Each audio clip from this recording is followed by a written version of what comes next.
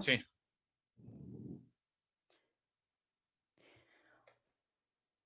Listo. Hola, buenos días. Yo soy Gilma Ballesteros, coordinadora de gestión de conocimiento de la Fundación Alpina. Y hoy en el marco de la estrategia de Expo Agrofuturo Digital, traemos esta charla súper importante para todos sobre prácticas alimentarias saludables. Voy a compartir la presentación.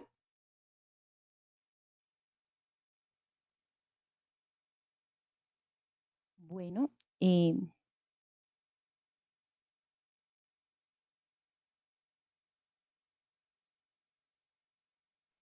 muy bien. Entonces,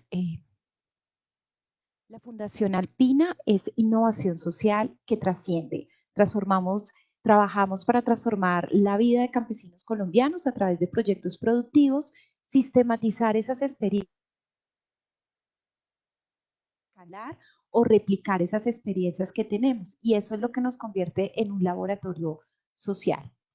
Nuestros ejes de trabajo en la fundación pues tienen que ver con desarrollar unos procesos sostenibles de inclusión económica y de inclusión social con familias y organizaciones rurales con vocación productora que les permiten fortalecer sus capacidades. ¿Para qué? Pues para aumentar su productividad, generar ingresos, apropiar prácticas alimentarias saludables y fomentar su desarrollo humano e integral.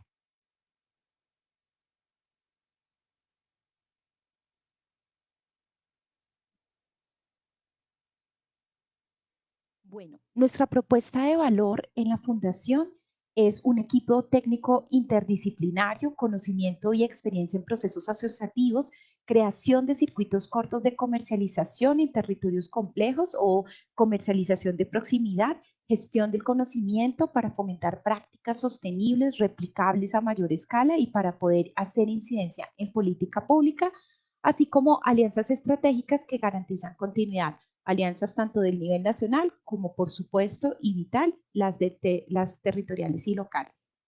Estamos trabajando en este momento para 2.378 participantes de nuestros proyectos, 24 municipios, 23 municipios en el departamento del Cauca y un municipio en el departamento de La Guajira.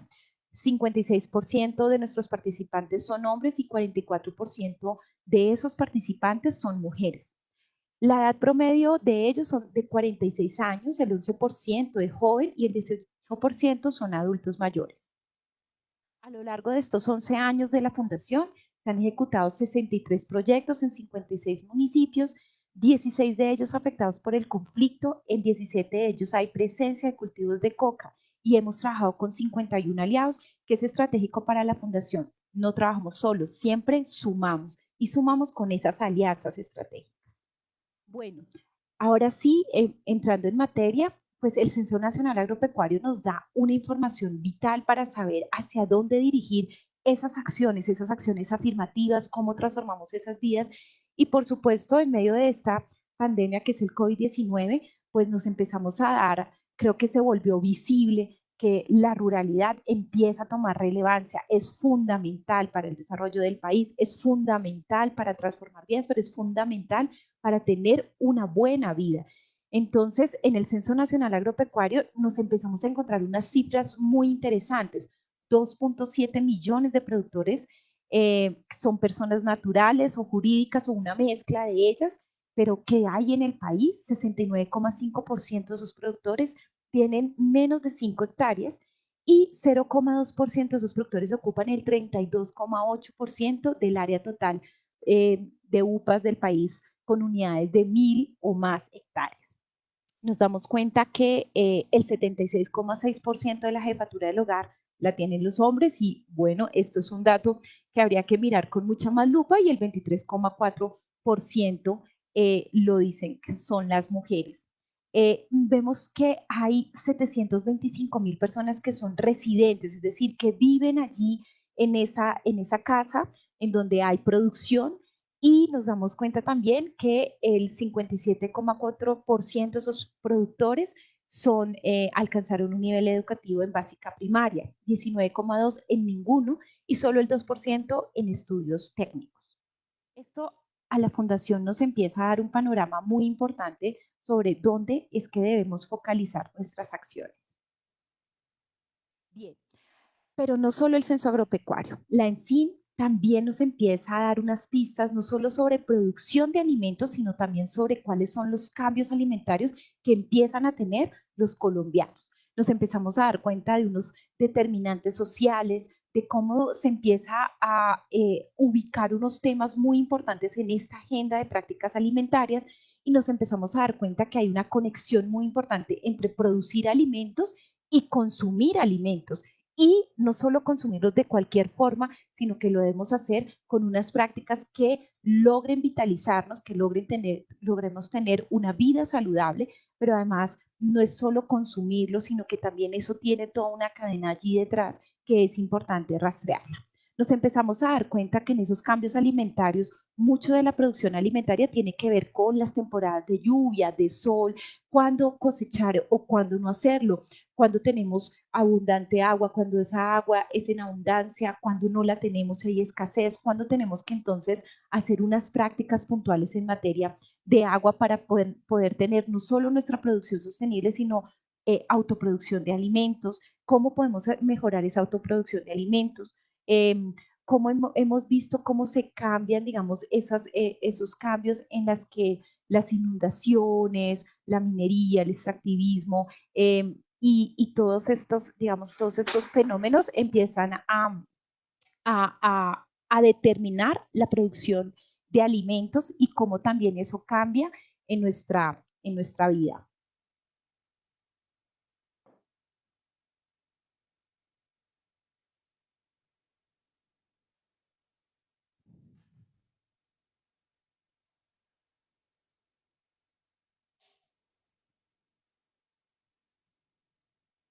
Bien. Como les venía diciendo, bueno, cómo hay unas condiciones anteriores y cómo se ven ahora, ¿no? Entonces, antes habían ayudas o subsidios del Estado en especie, mercados, semillas, animales o asistencia técnica rural, y ahora está más enfocada en subsidios en dinero, creando, digamos, algunas dependencias.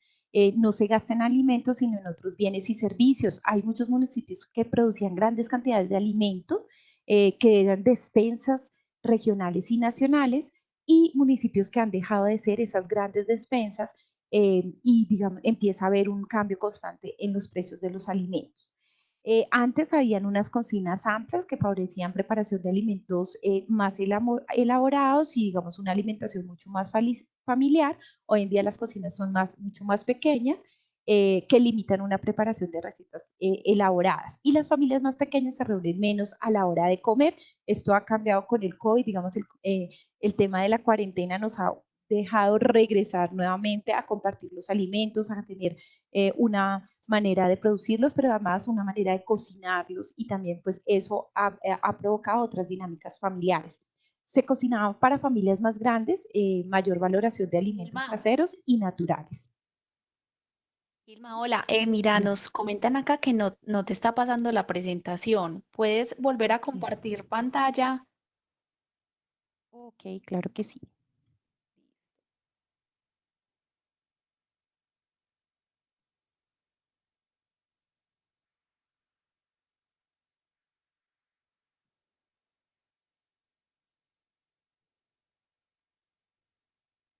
Voy a detener y voy a volver a compartir entonces la presentación. Perfecto. Mientras tanto, pues para todas las personas que están conectadas, los invitamos a que hagan parte de Expo Agrofuturo Digital. Estaremos semanalmente compartiendo las mejores conferencias de Expo Agrofuturo, de la historia de Expo Agrofuturo, y también diferentes webinars y agrotalks a través de nuestra cuenta de Facebook y nuestro sitio web. Y le damos en Gilma en vista grande para que lo veamos en presentación. Ok. ¿Listo? Ahí lo ven mucho mejor. Perfecto. Listo, continuemos. Bien, entonces, en estas condiciones de producción de alimentos, pues hay muchas cosas por hacer, ¿no? El censo rural, la ENSI nos dan mucha información y nos dicen que solo el 6,8% pertenecen a una asociación de productores, que el 24% de estos productores de alimentos reportan haber recibido algún tipo de asistencia técnica, solo el 29% cuenta con maquinaria y el 43% tiene algún tipo de producción para el autoconsumo.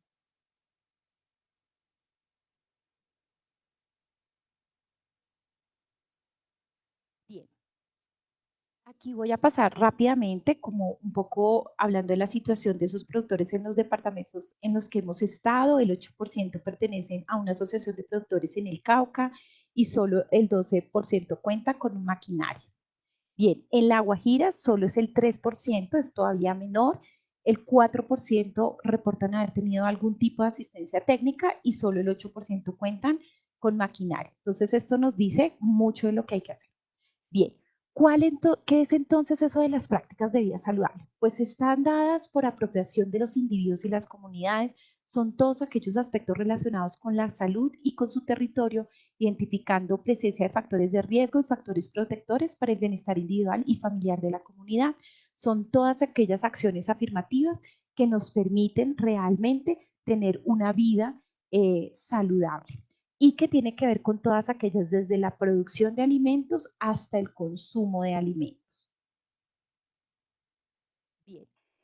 Para nosotros es muy importante el conocimiento local porque eso refleja la diversidad, la expresa de distintas formas adaptativas de comprender el mundo, nos permite tener una construcción de lo saludable, de la enfermedad, de lo patológico, de las enfermedades, pero también una construcción de las prácticas y discursos asociados a las capacidades locales. No es lo mismo lo que consideramos saludable en Bogotá que lo que consideramos saludable en La Guajira. No es lo mismo construir ese concepto de saludable desde el Cauca, desde el interior del Cauca, y no es lo mismo para Nariño. Entonces nosotros necesitábamos también o necesitamos saber cuál es ese conocimiento local que refleja esa diversidad, pero que ellos empiezan a identificar esas prácticas saludables. Entonces partimos de ese reconocimiento local, de ese conocimiento, de valorar ese conocimiento para empezar a hacer unas co-construcciones, unos intercambios de saberes y empezar a identificar no solo sus potencialidades, sino también las expectativas que tiene la población, las comunidades frente a estas prácticas. Y ahí hay algo muy importante que hacemos casi en todos los proyectos y es el rescate de saberes ancestrales. ¿Cuáles son esos saberes ancestrales que nos hacían mucho más saludables, que nos hacían mucho más práctica la vida, que nos permitían acceder a una variedad de alimentos y a una diversidad que también era muy saludable y muy nutritiva en antaño? Esto nos permite realmente empezar a hacer un fortalecimiento a partir, digamos, de esa experiencia local, avanzar en los objetivos, digamos, de manera conjunta, estableciendo cuáles son esas pautas, esos imaginarios, esas representaciones que hay en el territorio sobre las prácticas alimentarias y cómo empezamos a construirlo colectivamente, en mejorar cada vez eso, en hacer un rescate ancestral de esos saberes y en mirar y valorar cómo eso empieza a influenciar de manera positiva en nuestras vidas.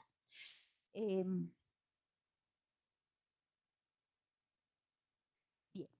Entonces, con base en todo esto, en la fundación nos propusimos promover prácticas alimentarias saludables para mejorar las condiciones de seguridad alimentaria y nutricional, consolidar sistemas alimentarios saludables a través del fortalecimiento de capacidades tanto individuales como familiares y comunitarias, reconociendo particularidades territoriales y valorando el conocimiento local. Nos propusimos 5 acciones afirmativas en cada uno de nuestros proyectos. La primera, autoproducir los alimentos que consumimos.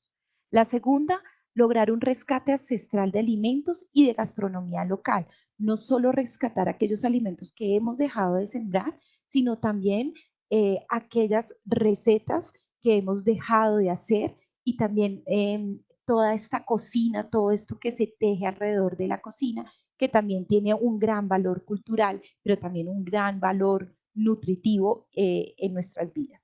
Un tercer ámbito y una tercera acción afirmativa es promover hábitos y prácticas de vida saludable, conocer muy bien cuáles son los alimentos, no solo que sembramos, sino que consumimos, cuál es su valor nutricional, en qué nos aporta y cómo los podemos combinar. No solo cómo los podemos combinar para que sean saludables, sino cómo los podemos combinar para que también sean muy agradables y deliciosos. Y por eso alimentos y gastronomía lo hemos hecho como una dupla muy importante.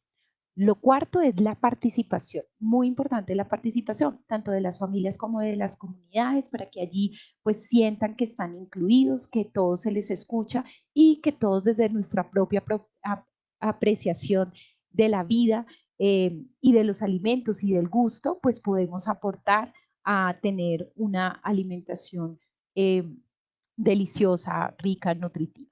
Y por último, una autogestión comunitaria que tiene que ver mucho con esa consolidación de sistemas alimentarios sostenibles, porque allí lo que nos va a permitir es que la solidaridad, el entendimiento y la dinámica territorial, pues nos va a permitir tener esos sistemas alimentarios sostenibles que no tengan la necesidad de depender, digamos, de ningún circuito, que no tengan esas relaciones de dependencia, que por supuesto es lo que conlleva a que tengamos unas crisis alimentarias y digamos, estos sistemas nos permiten podernos dividir en funcionalidades para poder lograr estos sistemas alimentarios.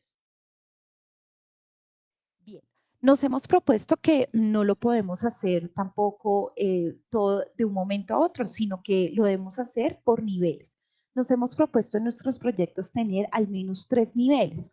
Un primer nivel donde promovemos, donde lo que procuramos es incrementar las capacidades para la autoproducción de alimentos, identificar y promover acciones individuales y familiares para la adopción de prácticas de vida saludable en ese primer nivel, digamos quizás en esa primera etapa, cuando iniciamos un proyecto en donde desarrollamos este componente. En un segundo nivel de desarrollo, pues esperamos que haya una consolidación de prácticas de cocinas locales, alcanzar un buen estado nutricional de las familias porque han apropiado, digamos, unas prácticas de vida saludables y adoptar unos hábitos y estilos de vida, por supuesto, saludables. Y en un tercer nivel, pues estamos esperando a fortalecer las capacidades comunitarias para la autogestión, incrementar la autoproducción de alimentos y consolidar las capacidades familiares en prácticas de vida saludable. Bien. Como uno de nuestros ejes estructurantes en la fundación es poder evaluar, replicar y tener, digamos, una información evidente de nuestros proyectos para poder soportar las acciones, pues también nos hemos propuesto unos porcentajes y unos resultados esperados que se dan por cada una de las familias y las comunidades. Entonces, en ese primer nivel, pues la idea es que esa familia participante de los proyectos cuente con una estrategia de autoproducción de alimentos implementada en su hogar, que los integrantes de esa familia puedan reconocer los hábitos alimenticios y cuáles son esos aspectos que deben mejorar y que identifiquen alimentos y preparaciones locales. Bien, en ese segundo nivel, pues la comunidad ya inicia un proceso de fortalecimiento de sus capacidades de autogestión para esa promoción de sabores locales y la familia ha mejorado su estado nutricional. Por supuesto, en una tercera línea, pues se ha iniciado ya un proceso de fortalecimiento de alimentos y gastronomía local. En un nivel 3 le hacemos mucho más énfasis al tema comunitario. Las familias entonces han adoptado ya prácticas de vida saludable. Las comunidades formulan proyectos de autogestión para el fortalecimiento de procesos de sabores locales y los sistemas alimentarios locales han sido fortalecidos a través del incremento en la autoproducción de alimentos. Esta escalada de niveles nos permite trabajar de lo familiar a lo comunitario, pero trabajar escaladamente para lograr esos sistemas alimentarios sostenibles. Bueno, esta es como la presentación que les quería compartir y pues quiero dejar espacio entonces ahora para más preguntas.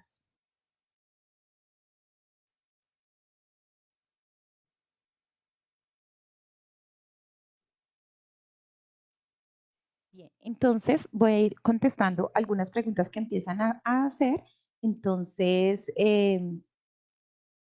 Me preguntan cómo se rescatan costumbres alimentarias que están en vía de desaparecer. Bueno, es realmente una muy buena pregunta, es cómo se rescatan. Pues mira, los saberes ancestrales tienen que ver con toda la tradición que hay en los territorios. Una de las maneras que la Fundación lo viene haciendo es haciendo entrevistas, muchas entrevistas a todos los miembros de la familia, generalmente los adultos mayores, cuentan sus experiencias en materia de alimentos y de cocina, de semillas, de sus familiares de antaño, también digamos, de lo que ellos han aprendido de sus madres y de sus abuelos, pero también cuando nos encontramos con los productores, ellos también nos cuentan qué era cuáles eran esos sabores que ellos apreciaban mucho en el tiempo en el que eran niños, por ejemplo, o algunas tradiciones familiares en algunos eventos, por ejemplo, la Navidad, que era lo que más preparaban en Navidad, en Semana Santa, por ejemplo, en la costa atlántica se preparan muchos dulces y no se come nada de sal y digamos todas estas añoranzas, estas remembranzas más bien que tienen los productores sobre lo que se cocinaba y sobre los alimentos, pues nos permiten hacer una identificación. También, por supuesto, ahí eso es una manera. La otra manera es rastreando todos los estudios que vienen haciendo los grupos interdisciplinarios que trabajan en esta materia, muchos antropólogos, ambientalistas y ecologistas, algunos médicos de salud pública que también vienen trabajando en muchos estudios sobre alimentos que eran de antaño, que eran de vocación de ese suelo y que empiezan a identificar dónde se ubicaban esos alimentos y cómo se incorporaban a la gastronomía. Entonces, digamos que ahí hay varias formas de poder identificar y rastrear qué era lo que se estaba haciendo. Fíjense que hoy en día está muy de moda las semillas de chía, que eran un producto indígena que se consumía desde antes de la colonización y que se acabó y que se vino a recuperar mucho tiempo después. Bien, me preguntan acá sobre tututum. Bueno, que sería excelente una guía para aplicar alianzas productivas y ante todo para el sector Fruver en representación del Oriente Antioqueño. Claro, una de las cosas que se está haciendo en el país, sobre todo, es valorar, por ejemplo, cuál es la carga nutricional que tienen casi todos los productos. Eso es muy importante para que las personas puedan conocer e identificar qué es lo que qué es lo que deben consumir y cuáles son sus cargas nutricionales y en qué momento del día es más conveniente hacerlo. Digamos que en términos generales siempre nos recomiendan consumir mucho más frutas y verduras, pero digamos que también hay unas verduras que son mucho más dulces y que dependiendo de la condición de salud de cada una de las personas debería consumirla más o debería consumirla menos. En esas guías, digamos, en esas guías vienen trabajando otras, digamos, otras instituciones, pero lo que sí viene trabajando la fundación es como viene trabajando con el conocimiento local, lo que sí trabajamos es en valorar, digamos, nutricionalmente, valorar, digamos, cuáles son esos alimentos locales que también contribuyen a esas mejores prácticas alimentarias, fomentando sobre todo la siembra de hortofrutícola. Bien, desde, bueno, nos saludan desde la Oficina de Negocios Verdes del Ministerio de Medio Ambiente, eh, a los que pues les mandamos un saludo, les interesa iniciar un relacionamiento interinstitucional con la Fundación, por supuesto nosotros también estaremos encantados de establecer comunicación con ustedes. Em, bueno, ¿cómo conocemos si un producto es viable o no? La Fundación Alpina se viene apoyando mucho en Agrosavia. Agrosavia viene apoyando a todos los extensionistas a nivel nacional y ellos, digamos, tienen unas metodologías mucho más específicas para saber si un producto, sobre todo, por ejemplo, en el banco de semillas, si una semilla es que se puede dar en un territorio, allí, digamos, se puede hacer un banco de semillas. Em, y las redes, digamos, de agricultura familiar, digamos, de todos los productores, ellos empiezan también a identificar cuáles semillas se pueden, digamos, poder tener en un banco de semillas y cuáles no, y cuáles alimentos se pueden producir.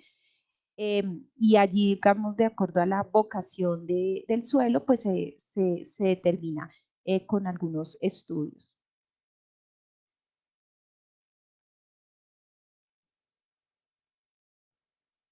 Bueno, algunos ejemplos concretos de promover alimentación saludable. Yo creo que en el país hay mucha promoción sobre cómo podemos promover alimentación saludable y no hay, digamos, muchas restricciones más allá de las condiciones físicas que tenga o de salud que tenga cada una de las personas. Pero pues en términos generales, pues lo que nosotros promovemos es casi siempre un balance y un balance entre lo que se consume, producir lo que ocasionalmente puede estar allí y tener un intercambio de estos productos. Eso es lo que a nosotros más nos interesa. Una de las grandes apuestas de la Fundación es producir los propios alimentos. Eso es muy importante porque es una apuesta que le permite a las familias tener de primera mano productos de primerísima necesidad, pero además muy útiles para el consumo inmediato.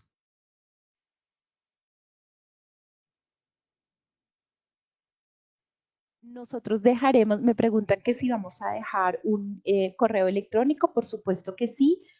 Todos los que están interesados en la Fundación Alpina, nosotros tenemos una página web www.fundacionalpina.org/es y allí ustedes van a encontrar una cantidad de información, nos van a encontrar al equipo de trabajo, allí van a encontrar una biblioteca bastante interesante en materia tanto de prácticas alimentarias como en producción sostenible y unas memorias muy interesantes de todos nuestros proyectos. Allí está también los enfoques que nosotros estamos manejando y las apuestas que les decía que tenemos en la fundación. 3 apuestas principales, una apuesta de producción sostenible, una apuesta productiva, una apuesta de conocimiento y una apuesta de país. Esas son nuestras 3 principales apuestas.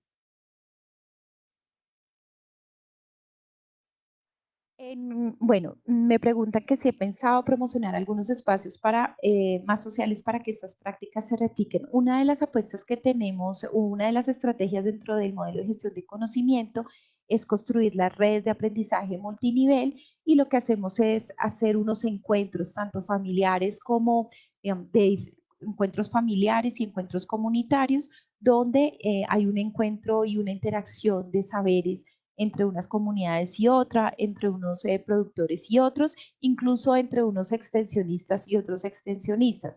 Entonces, parte, digamos, de lo que manejamos en transferencia de conocimiento son este tipo de prácticas de redes de aprendizaje, de redes con las organizaciones sociales. También compartimos mucha de la información en Linkata, en donde pues hay una gran comunidad agropecuaria allí y compartimos toda nuestra experiencia en los proyectos.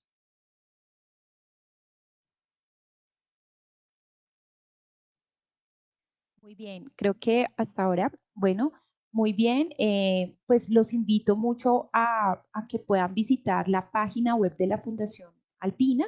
Allí pues encontrarán nuestros contactos, nos pueden escribir cualquier duda o cualquier inquietud, si se quieren comunicar con nosotros, también allí estamos disponibles. Y pues me encantó compartir esta charla con ustedes sobre prácticas alimentarias saludables, tan oportuno en estos tiempos de COVID, donde la autoproducción de alimentos se hace vital, se restablece como una de las cosas más importantes que debemos tener a la mano y que se puede hacer en cualquier lugar, tanto en la zona rural como en la zona urbana. Podemos producir nuestros propios alimentos y podemos también tener una estrategia de prácticas alimentarias saludables. Fue un gusto entonces acompañarlos y pues nos vemos pronto. Hasta luego.